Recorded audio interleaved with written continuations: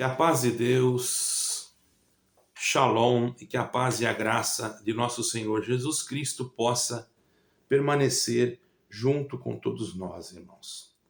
Hoje eu quero tratar exclusivamente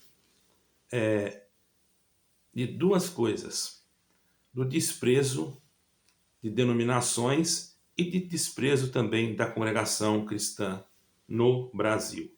Então vocês observem que eu falei denominações porque existem várias e jamais eu conseguiria falar o nome de todas as denominações.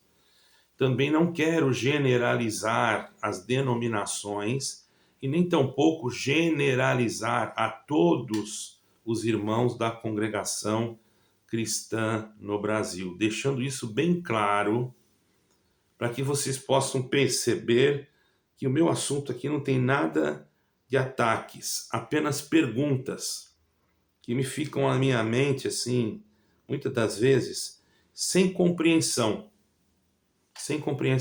ok? Eu vou explicar para vocês o porquê, meus caros irmãos. Vocês vão entender já o porquê de tudo isso ficar sem compreensão, ok? Muito bem, vamos aqui.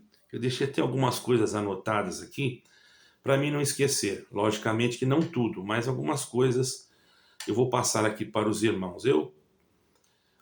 Durante um grande tempo da minha carreira, desde o menino, quando eu já tinha 12 anos de idade, eu participava de uma igreja evangélica. Não era da congregação, mas com 12 anos, sem ninguém me anunciar evangelho, sem nada, eu senti uma alegria muito grande. Eu era um menino pequeno, mas eu gostava, já nasci gostando das coisas de Deus. E eu fui numa igreja evangélica ali, fiquei por muito tempo. Depois conheci umas pessoas da congregação. Eu, como criança, me falaram que eu estava errado ali. E eles fizeram amizade comigo, se bem que eu tinha amizade na outra denominação também que eu pertencia. Mas eles falaram para mim que onde eu estava não era correto. Eu não conhecia a Bíblia, irmãos. Eu apenas cria em Jesus Cristo de verdade mesmo, eu cria. Desde quando eu me batizei naquela denominação evangélica, eu já cria em Jesus Cristo. Havia feito como uma confissão de fé, assim como eles fazem, né? E já tinha sido me batizado até, inclusive, por imersão. Mas os irmãos que eu conheci, um jovem até, ficou muito meu amigo e disse que aquele batismo não tinha valor. E como eu não tinha muito conhecimento, irmãos, que eu era novo, era uma criança, eu fui para a congregação. Não vou dizer que não senti bem. A princípio fiquei um pouco com vergonha, porque eu, não sabendo, sentei do lado errado, né, lá no fundo da igreja, do lado que é só para as irmãs. E depois veio um irmão porteiro, até que ele foi muito carinhoso também, mandou sair, mudar de lugar. E a pregação veio, uma pregação que mexeu comigo mesmo. Se eu falar que não, eu estou mentindo. Eu sou sincero, irmãos, ele não pregou nada de profecias, ele pregou Jesus Cristo. E o Senhor Jesus Cristo era um abrigo e tal, enfim. Eu fiquei contente. E me chamou muita atenção aquele letreiro lá, em nome do Senhor Jesus, né?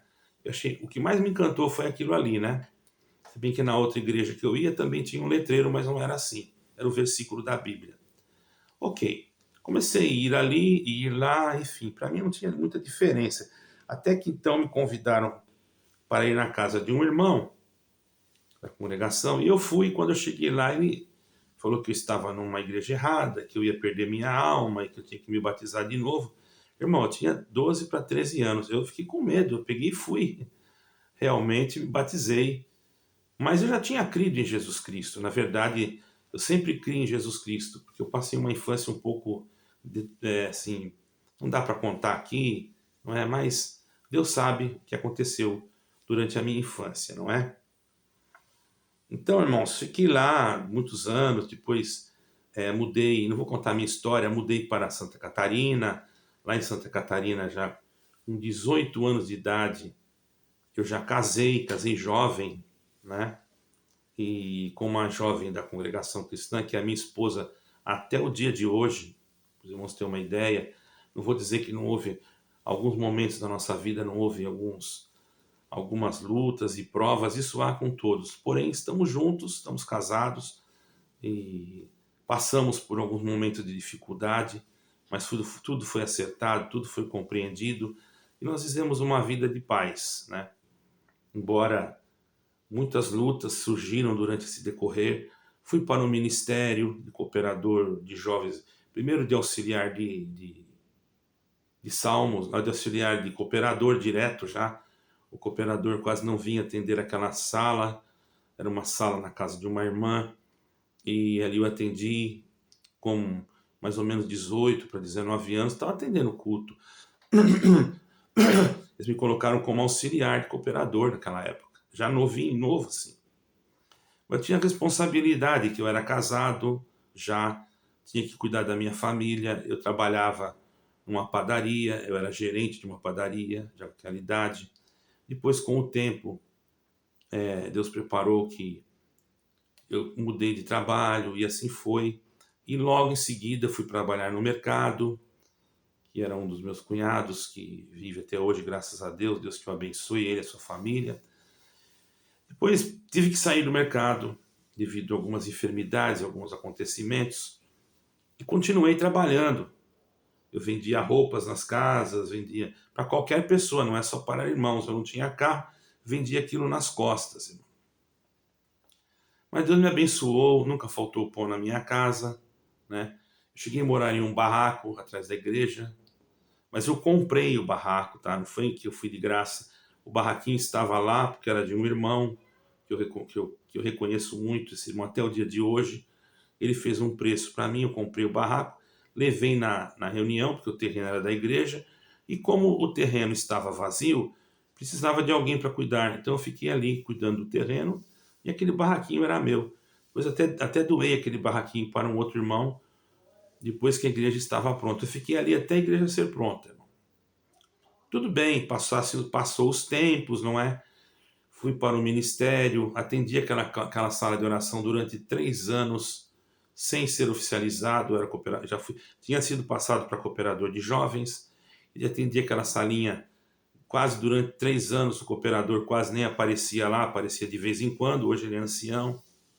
Uma vez ele tentou vender, trocar aquele terreno daquela sala, porque estava enchendo muito, movido pelo ciúme, por certo, ele veio querer trocar aquele terreno. Eu já vou ser bem sincero, foi isso que aconteceu. Porque ele queria deixar a igreja fechada. Ele já estava atendendo numa outra região, porque naquela região que ele estava atendendo, o cooperador estava doente, certo, irmãos? E ele já estava, assim, meio que cuidando ali para que o desejo desse irmão era ser ancião, como é ancião até hoje. Deus que abençoe ele.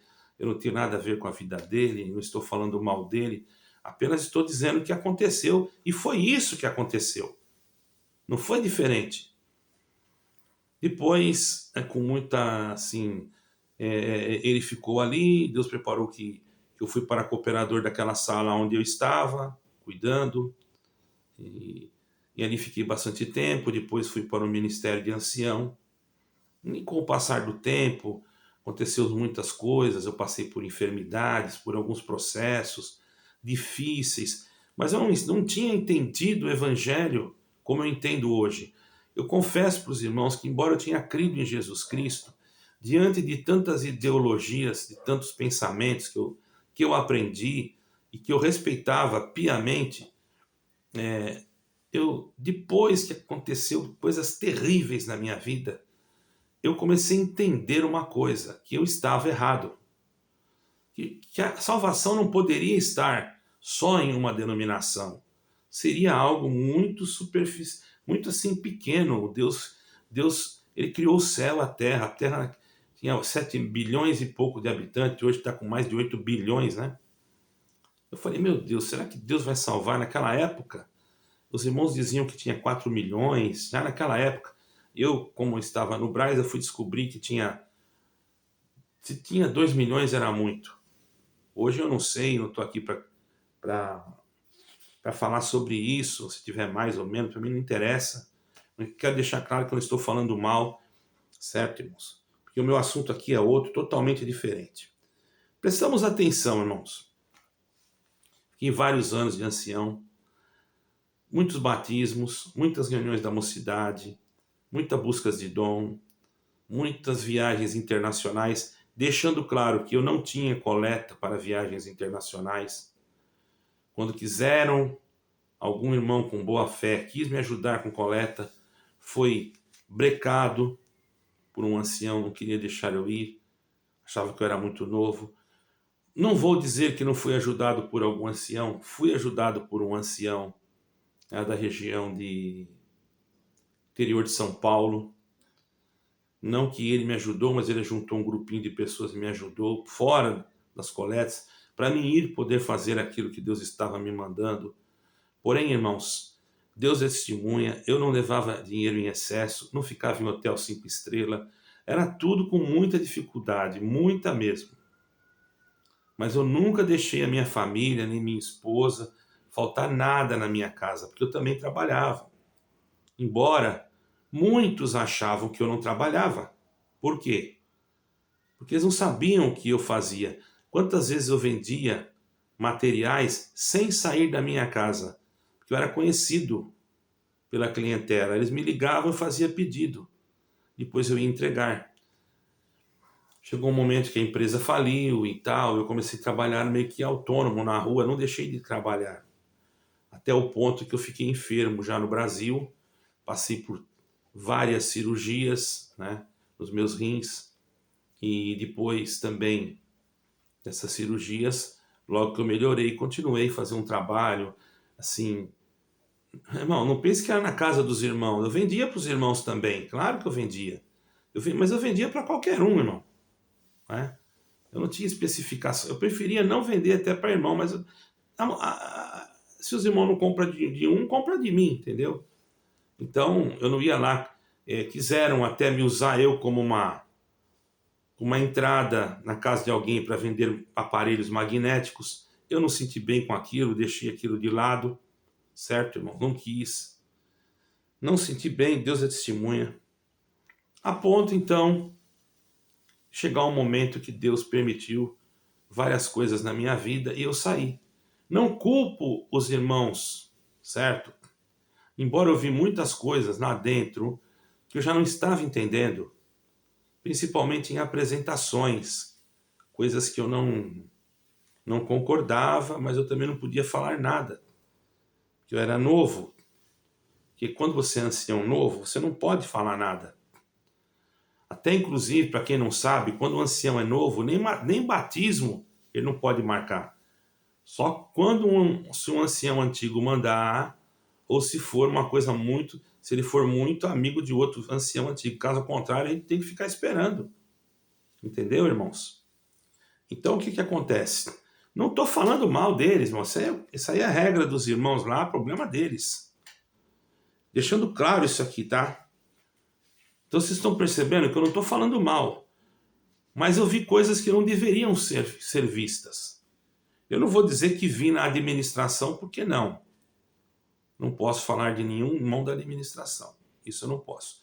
Mas tem coisas que eu vi em outros setores, em outros lugares, em outras regiões, que eu já falei em lives aí, eu não quero repetir, porque isso aí, no fim, vai tirar o foco do meu canal, que é o Evangelho. Mas por que eu estou fazendo isso, irmãos? Porque hoje eu levantei pensando e meditando, falei, Senhor, por que é que quando a gente sai da congregação e a gente tem uma outra ideologia, um outro pensamento, por que as pessoas nos abandonam? Essa é a minha pergunta. Porque para mim, se chegar um irmão da congregação aqui na minha casa, ele vai ser bem recebido, irmão. Como se não fosse nada. Os irmãos estão entendendo? Esses dias encontrei um diácono no ônibus, saudei ele normal. Tratei ele de irmão normal. Ele até me saudou ali, não sei se é porque estava no ônibus. Todavia, não me fez mal nenhum, nem eu não fiz mal nenhum para ele. Saudei. Se eu encontrar qualquer ancião, eu saldo. Mas o que eu tenho percebido, irmãos, é que as pessoas, eu tinha um monte de contato, sempre alguém me perguntava por mim e tal. Quando eu saí, cadê essas pessoas, irmãos? Principalmente quando eu fiquei doente, que eu estava num quarto fechado, com as luzes apagadas, durante 3 meses. Eu fiquei com uma depressão profunda e eu surtei. Para onde foram esses meus ditos amigos? Não tinha mais. Não foram nem saber o que tinha acontecido direito comigo, mas os comentários já saíam. Tudo bem, irmão, eu não estou aqui criticando ninguém. Se alguma coisa eu fiz, eu não estava, minha consciência, Deus sabe como é que estava. Eu não estou aqui se eu falei alguma coisa, se eu magoei alguém, sei lá. Mas, irmão, para mim aquilo ali foi tudo passado. Sabe por quê? Porque eu considero a minha conversão a partir do momento que eu crio no Evangelho. Porque até então eu tinha crido em Jesus Cristo, mas não conhecia o Evangelho. Porque eu não conhecia o Evangelho, eu só sabia profetizar. Não vou dizer que não cumpria, porque Deus tinha me dado um dom, e me deu esse dom, por misericórdia. E o dom de Deus é dado sem arrependimento. Então eu não sou contra o dom da profecia, não sou contra, porque está escrito em Joel que Deus derramaria o seu Espírito sobre toda a carne. Eu sou contra o falso dom. E sou contra o quê? Deixar de crer na profecia da palavra que está escrito para colocar alguma coisa acima da palavra, porque primeiro é a Bíblia, primeiro é o Evangelho. Antes eu não sabia isso, agora eu sei. Mas jamais vou limitar nada. Eu acredito assim, meu ponto de vista. Primeiro é a Escritura, mas se Deus quiser fazer alguma coisa, aí é Deus, eu não tenho nada a ver com isso. Mas tem que estar dentro da Escritura, porque Deus não vai fazer nada fora daquilo que Ele mesmo determinou, porque Ele é Deus, Ele não muda. Mas então, irmãos, depois o que aconteceu? Aqueles meus amigos que me telefonavam, que eram amigos mesmo, aqueles que viajaram comigo até para o exterior, certo, irmãos? Aqueles que... Para o exterior, porque teve irmãos que até eu ajudei isso aí, tá, irmão? Mesmo sem eu ter condições, Deus preparou, eu ajudei. Pessoas que eu amava e que amo até hoje, mas porém, irmão, não falam, não perguntam nem se você está precisando de um copo d'água, entendeu? Não me faz falta nenhuma. Mas só porque você tem uma outra opinião, essas pessoas se mudam. Uma pergunta. Quando uma denominação, essa é a pergunta que eu marquei aqui, que tem tem um sistema um tanto exclusivista, e a sua doutrina, presta bem atenção, achando a única doutrina que possa conduzir a Cristo, olha só, será que está certo isso? E muitas das vezes, quando um dos seus dirigentes, ou até mesmo daqueles que fazem parte do corpo dos seus membros, que foi o meu caso, dirigente, daquela igreja, discordam com toda a educação e fazem algum relato a respeito, e as pessoas que ali estão, por medo da própria instituição, ou até mesmo por algum sentimento que não é bíblico, porém vem de um sistema que traz como se a denominação fosse a detentora da salvação das pessoas, por que é que essas pessoas começam a deixar de compartilhar as suas amizades, irmão? Eu pergunto, isso é bíblico? É isso que eu estou perguntando para vocês. Isso é bíblico?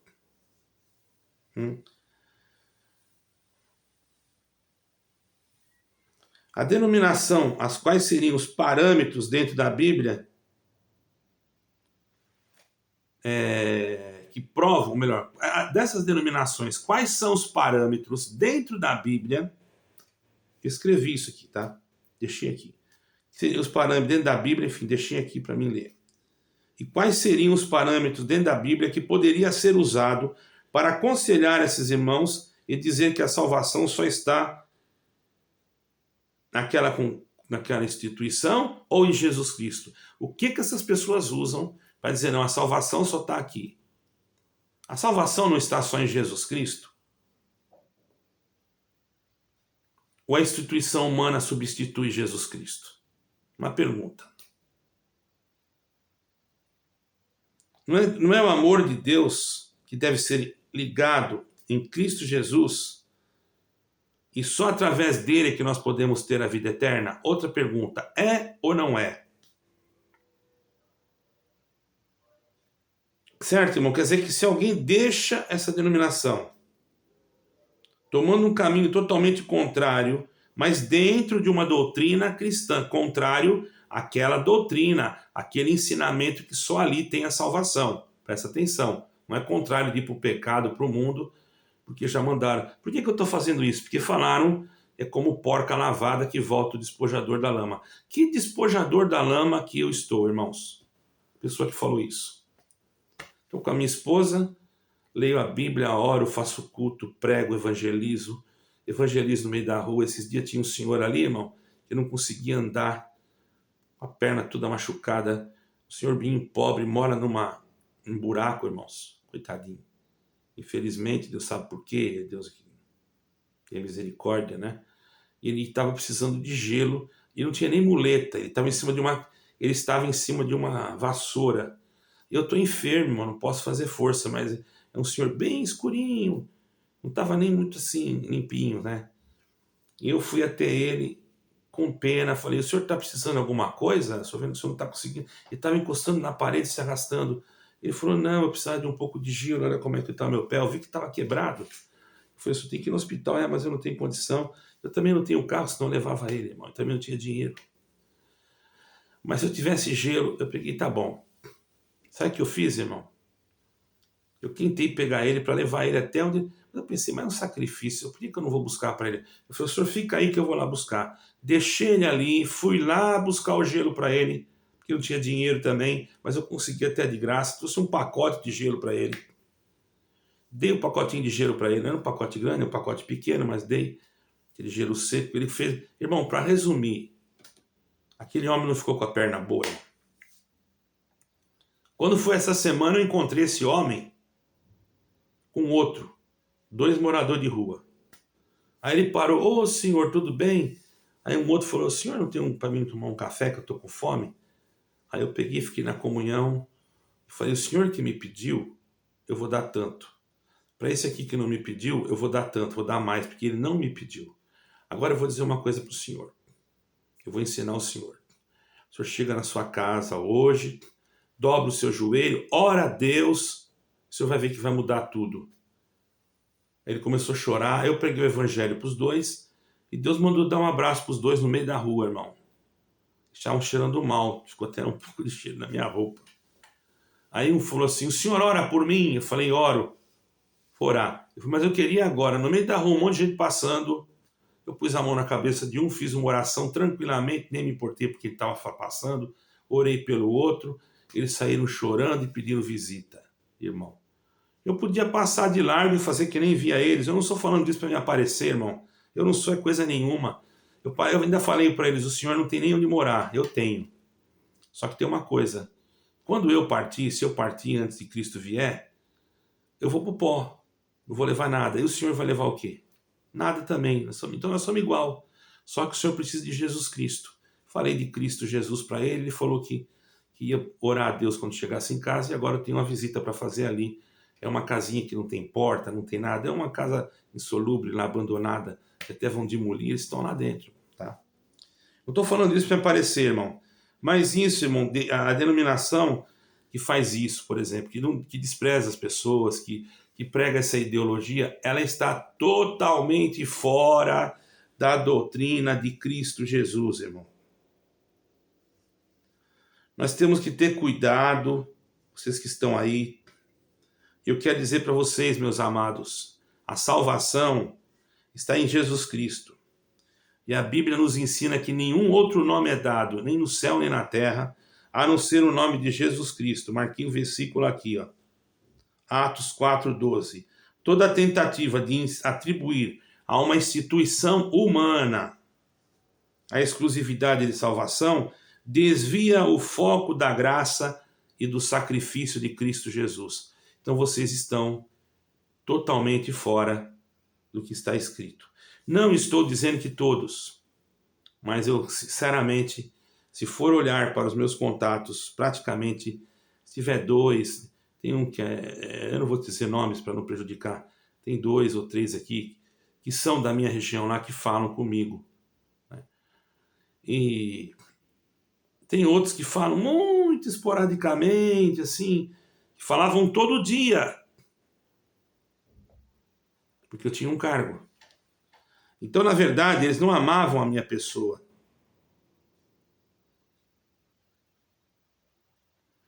Esse negócio de não conversar, de perder a amizade, isso aí não condiz com a doutrina de Cristo, isso não é evangelho, ok? Então os irmãos aí da Congregação Cristã no Brasil saibam que vocês chamam, a pessoa saiu, vocês já acham que os outros são inferiores a vocês acham que vocês são superiores. Olha, vocês vão ter muita surpresa. Eu vos aconselho a mudar esse tipo de caráter.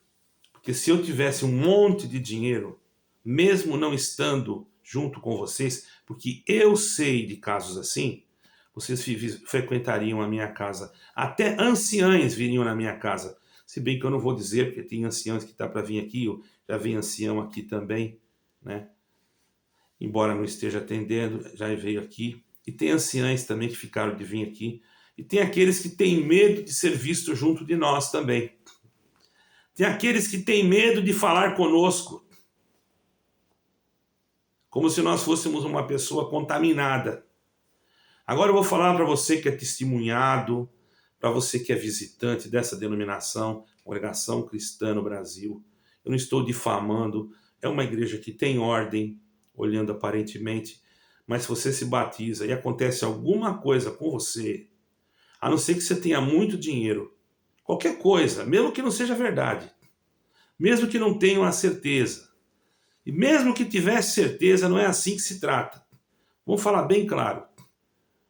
Porque a nossa função não é usurpar do lugar de Deus para julgar ninguém, a não ser que a pessoa está dando escândalo, aí é outra coisa. E ainda tem aquela de sentar lá atrás no banco da misericórdia, que eu nunca vi isso na Bíblia. Se alguém encontrar, por gentileza, me mostre. E tem pessoas que eu conheço que simplesmente ficaram enfermas, ficaram sem visita. Conheço um amigo meu e também uma senhora de 100 anos de idade, que a filha dela não pode nem ir na igreja, porque ela tem que tratar da mãe, simplesmente ninguém vai lá. Ninguém vai, irmão. Agora eu pergunto, aonde está a verdadeira doutrina de Cristo? Está aí dentro? Como os irmãos falam? Vamos refletir, irmãos da Congregação Cristã. Esse vídeo é um vídeo de reflexão para os irmãos. Vamos refletir. Estou falando mal? Isso que eu estou falando é falar mal? Se isso for falar mal, irmãos, então vocês realmente precisam repensar muito bem o que vocês estão falando. Eu, com todo respeito e educação, quero mostrar para vocês que ainda há uma esperança para a salvação da alma de cada um individualmente. Certo? E para isso nós temos que ter esse princípio de humildade, porque se eu ver um ancião eu vou saudá-lo, se eu ver um diácono eu vou saudá-lo, independente dele fazer um pensamento diferente que o meu, ou dele ter feito alguma coisa, porque tem anciãos e diáconos que eu sei que fizeram coisas terríveis, mas eu não vou falar para ninguém. Isso é entre ele e Deus. Vocês pensam que todo mundo que está lá está tudo limpo? Não está não, irmão. Mas eu também não posso dizer que não está. Eu falei não está, mas de repente Deus já limpou. Eu não sou Deus para julgar eles. Todavia, se for para colocar na mesa tudo, eles teriam que colocar tudo na mesa também. Só que eles não colocam, não é? Irmãos, vamos repensar as coisas antes de nós xingarmos os outros aqui no comentário. Tá bom? Deus abençoe, fique com Deus. Paz de Deus e shalom.